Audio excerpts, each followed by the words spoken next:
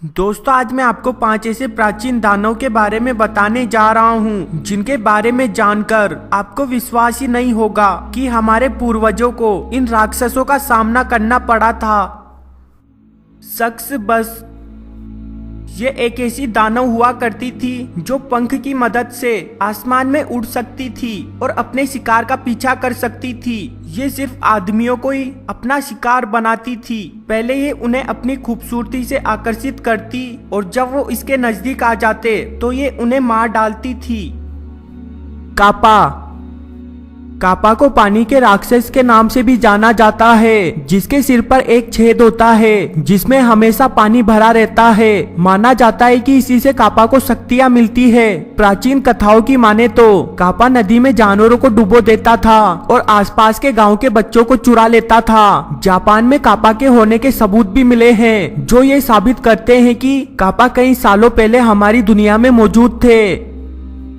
Mothman इस दानव के बारे में सबसे पहले साल 1966 में खबर न्यूज़पेपर में छपी। लोगों ने आसमान में इंसान जितना बड़ा एक पक्षी को देखा जिसका शरीर बिल्कुल काले रंग का था पर उसकी आंखें लाल रंग की थी जो अंधेरे में चमकती थी। ये दानव ज्यादातर कब्रिस्तान में पेड़ों के ऊपर उछलता हुआ दिखाई देता था, पर इसके होने पर आज भी रहस्य बना हुआ है।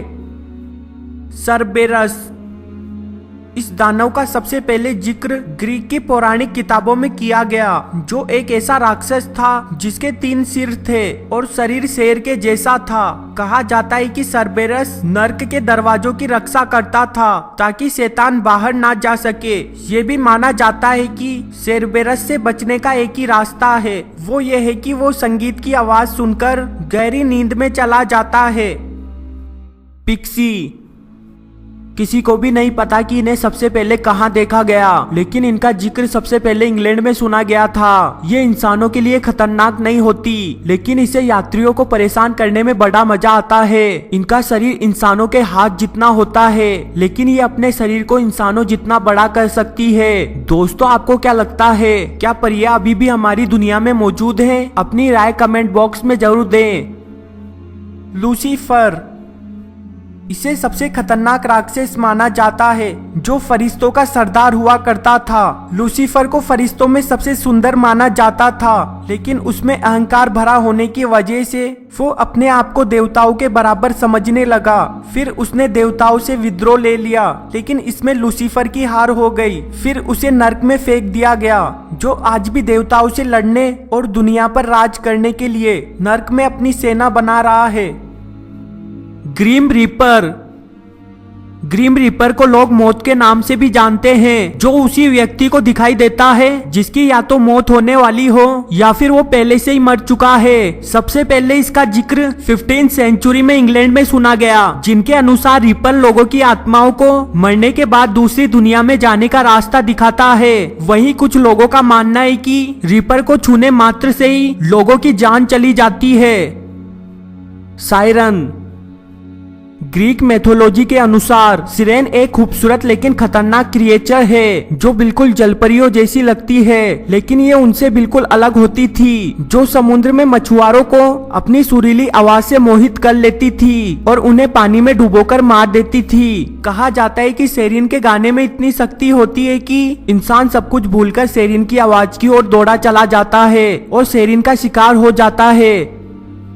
अजेजल ये भी पहले एक फरिश्ता हुआ करता था जिसने देवताओं के खिलाफ विद्रोह कर दिया, जिसे बाद में एक औरत से प्यार हो गया जो धरती पर रहती थी। इनके बच्चों को नेफिलिम के नाम से जाना जाता था, जो कि बाद में धरती के लिए कलंक बन गए। देवता उन्हें धरती से मिटाने के लिए एक बड़ा तूफान पैदा कर दिया, जिसके बाद अजाजल ने एक बड़े दानव का रूप ले लिया जो पाप और क्रोध को रिप्रेजेंट करता है।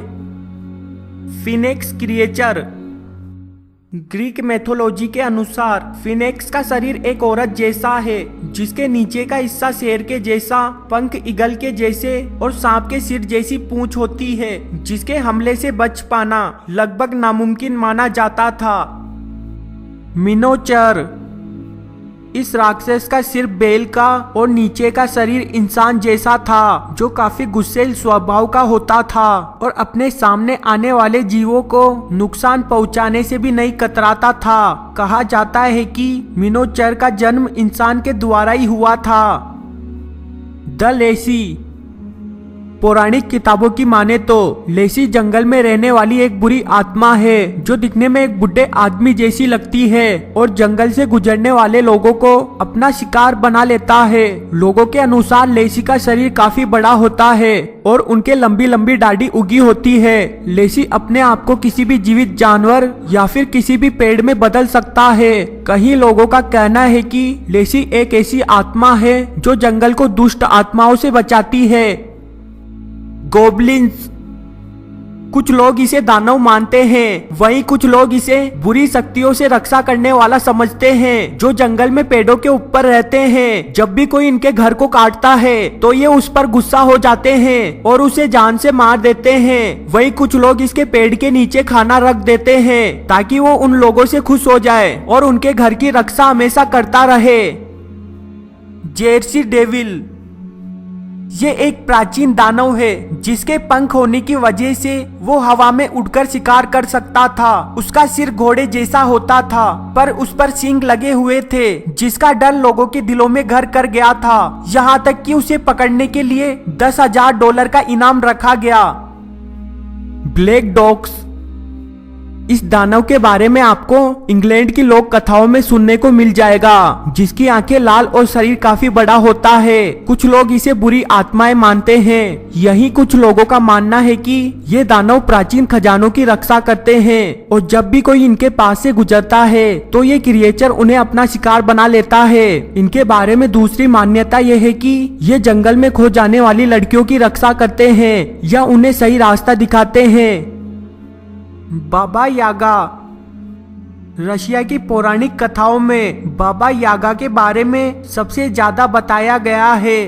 बाबा यागा एक बुढ़ी चुड़ैल थी जो हवा में उड़ सकती थी। कुछ लोग बाबा योगा को दानव की ग्रैंड मदर मानते थे, जो जंगल में एक लकड़ी के घर में रहती थी। लेकिन वो कोई साधारण घर नहीं था, क्योंकि उस घर के नीचे बड़े मुर्गे के पैर लगे हुए थे ताकि वो वहां जा सके जहां उन्हें जाना हो। बाबा यागा हमेशा बच्चों का शिकार करती थी या फिर उनका जो जंगल में खो गए हो।